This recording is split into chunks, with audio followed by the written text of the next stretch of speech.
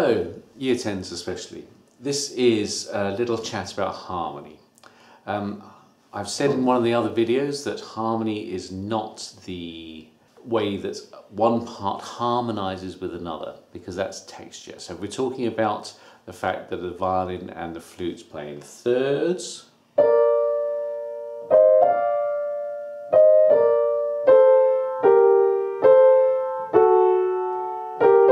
then that's texture, because it's about how the parts move together.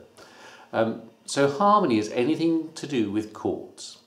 So it will be to do with major and minor chords. So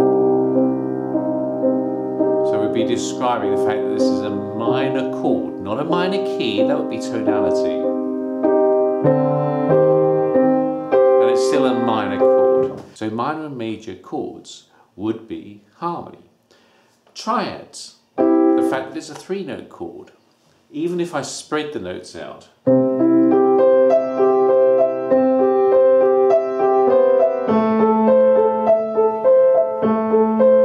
then the harmony is still triadic, because we have a 3-note chord. Yes, we're breaking the notes up, but that's texture and melody, the way we use that. But the actual fact we're using a 3-note chord is triadic. We might talk about extended chords. So generally, if we add a note, it'll be another odd number. Generally, 1, 3, 5 is our basic chord, and 7, so we've got all the odd numbers, that's now a 7th chord, which is an extended chord. And we could add a 9th, and an 11th, and a 13th. So we could...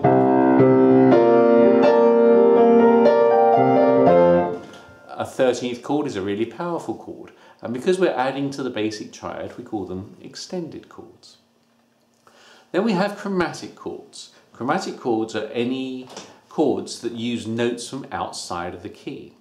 So that's a tricky one, because I might be changing key. So if let's say that I'm in F major, and I'm going to go to D minor. Well, at some stage in D minor, I'm going to need to have a C sharp. That isn't a chromatic chord because I'm changing key into D minor. So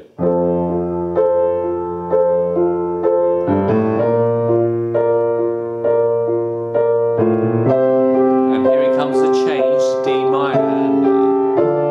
So that's not a chromatic chord, it's a modulation, it's key change. So, but what we might say is that, let's say I start off in C, and then I play a G sharp.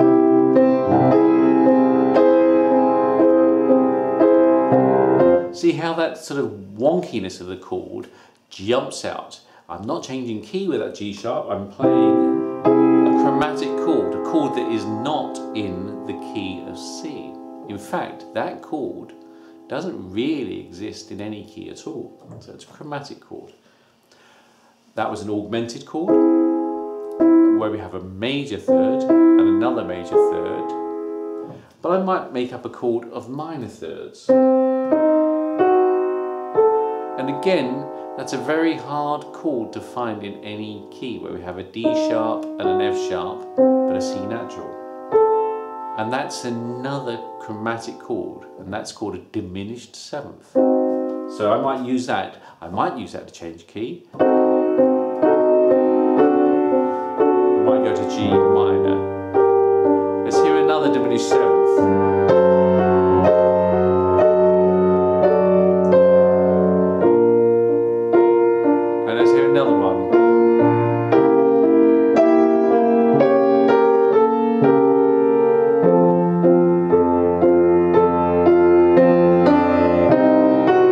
And you'll find that when we get to the Beethoven, there are lots of diminished 7th chords.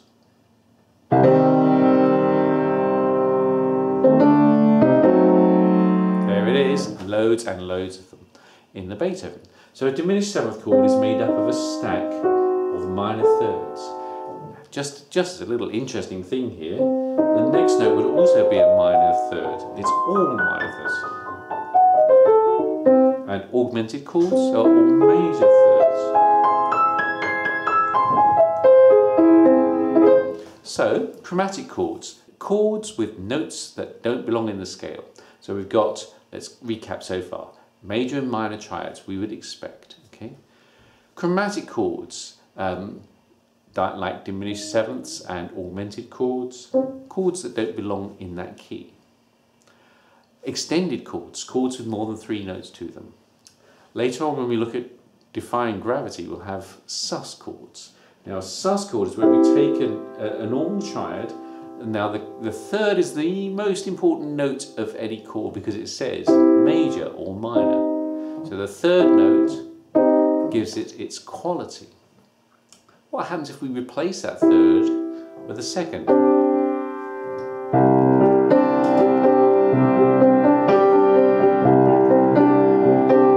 Or replace that third with a fourth.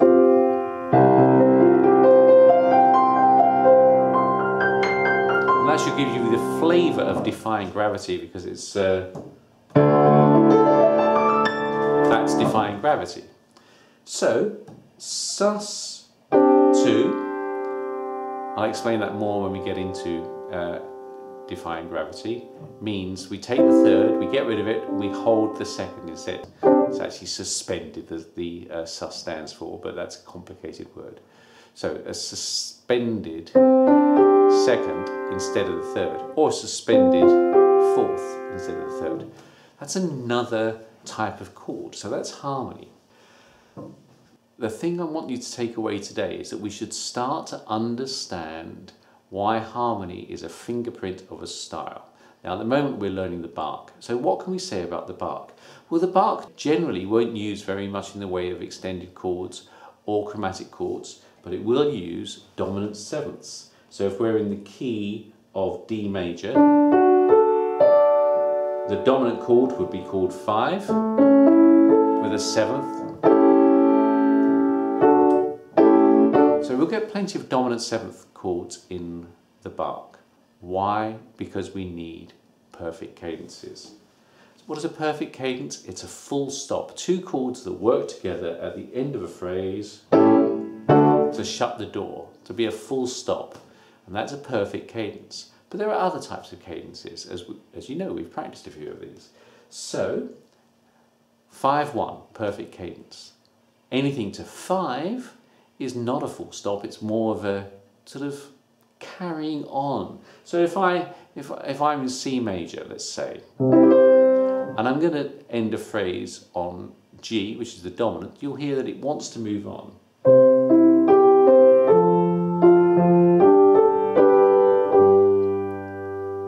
You can tell it's not finished.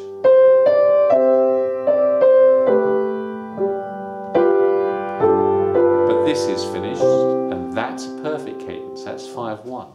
So a phrase that ends anything to 5 is an imperfect cadence because it's not finished, and a phrase that ends 5-1 that's called 5 with a dominant seventh maybe, 1. That's perfect because it's a full stop perfect cadence. Other types of cadence, ones that sound like you might be in church, a plagal cadence, which is 4 to 1. So let's have a listen to that. Let's do this in F major now. So F major, my chord 4 is B flat. There's my chord 1. There's my 5. And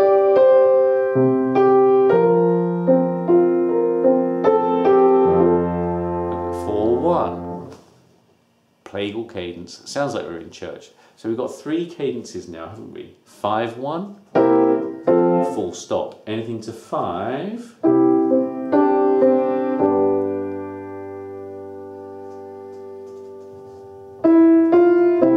But carries on, that's imperfect. Or 4-1.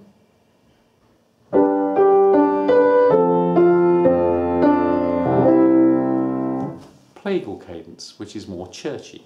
And the other one we have, remember, is the interrupted cadence, which is 5-6, which is the aha cadence. Sounds like it's going to go to a perfect cadence, but instead of going 5-1, we go 5-6, which is minor. So let's do that.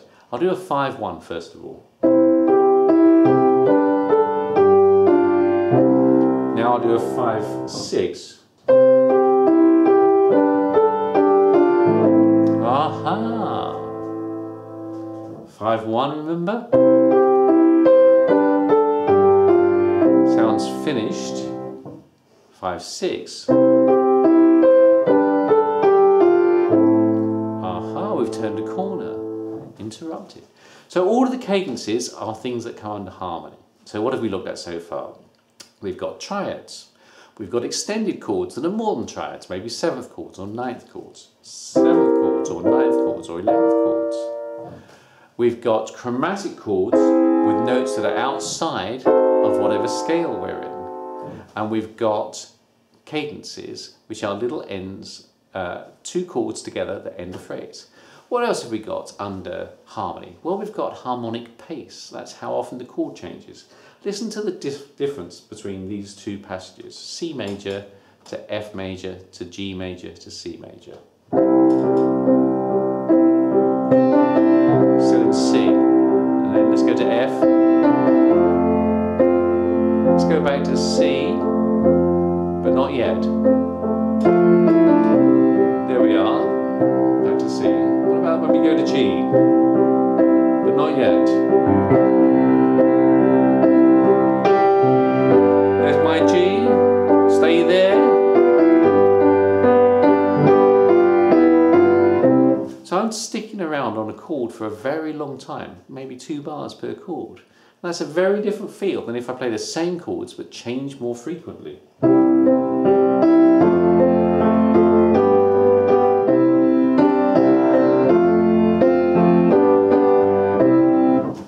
So the harmonic pace gives certain energy to the music. Harmonic pace, how frequently the chord changes. So there's one thing I haven't mentioned yet, which is inversions. Now I know that you're used to stacking chords. And if you play the piano, it's a really good thing to practice, just going up.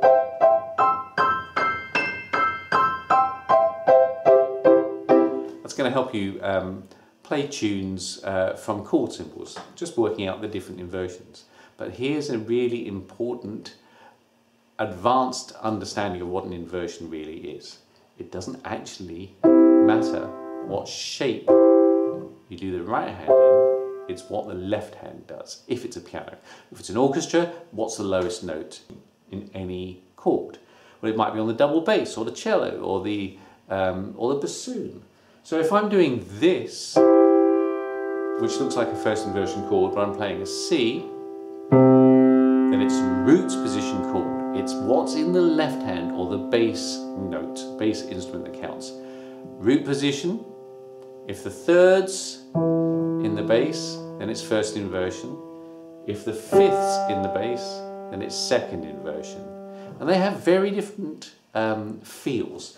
Root position, pop music will often play, if the bass line plays a simple pattern, it will often play the root.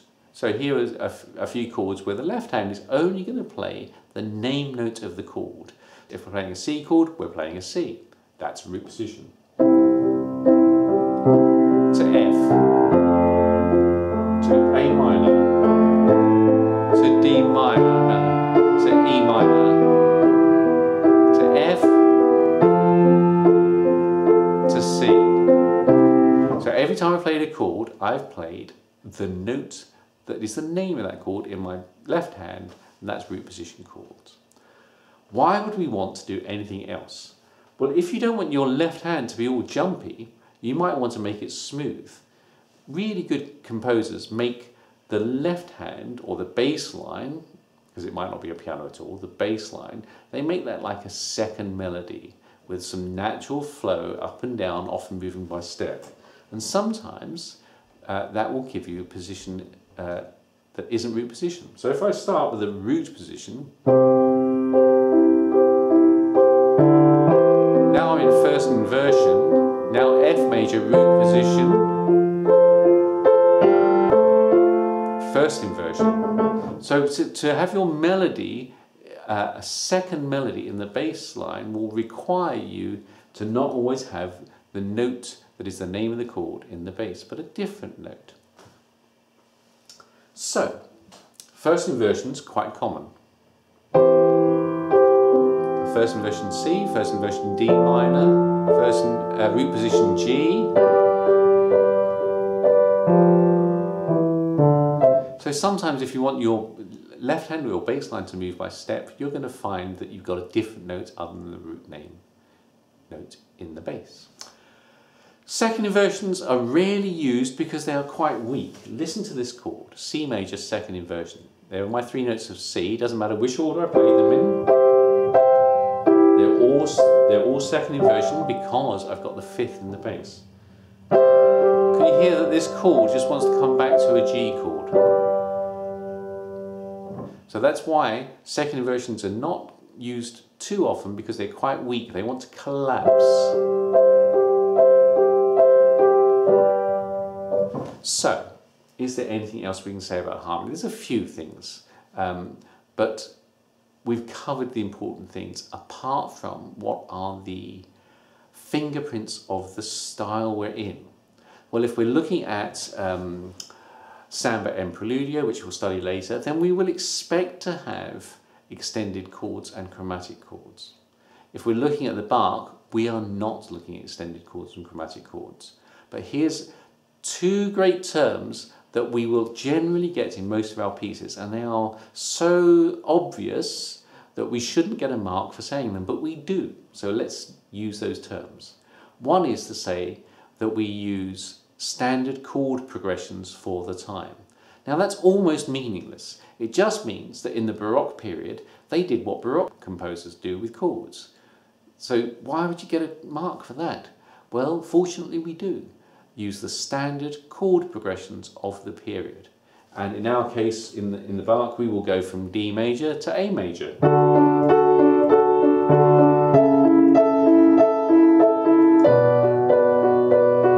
That could be a Baroque chord progression. Standard chord progressions for the Baroque period. Now, the Baroque period mainly used root position and first inversion chords. I've just said that we don't use second inversion chords very often at all. So why would we get a mark for that? I don't know, but we do. So the Baroque period used standard chord progressions for the period, mainly first inversion and root position chords.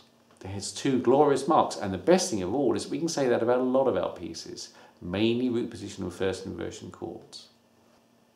Later on with Killer Queen, we'll look at something called slash chords, where we have a note in the bass that is different to the chord. So we might have a B flat chord over a C. So the C doesn't belong at all, and rather than give it a complex name, they just say it was a B flat chord slash C. It means B flat over C. But that wouldn't happen in the Baroque period. We wouldn't talk about slash chords. The other term that you're going to get lots of marks for is functional harmony. Most pieces use functional harmony. Harmony that makes the chord have phrases and endings and starts and sections. So if I were to do some weird things with harmony,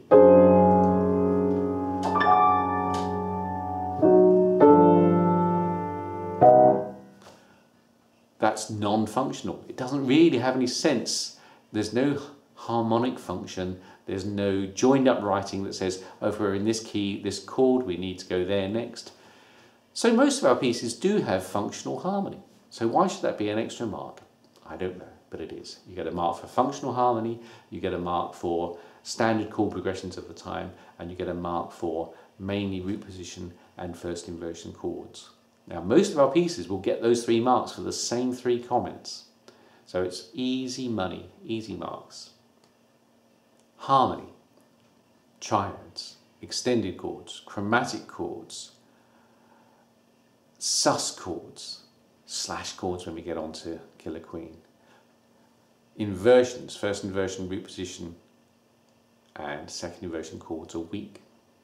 Cadences, the 4 cadences that we know, perfect, imperfect, plagal, and interrupted. Standard chord progressions of the time. Functional harmony. Harmonic pace, how quickly the chords change.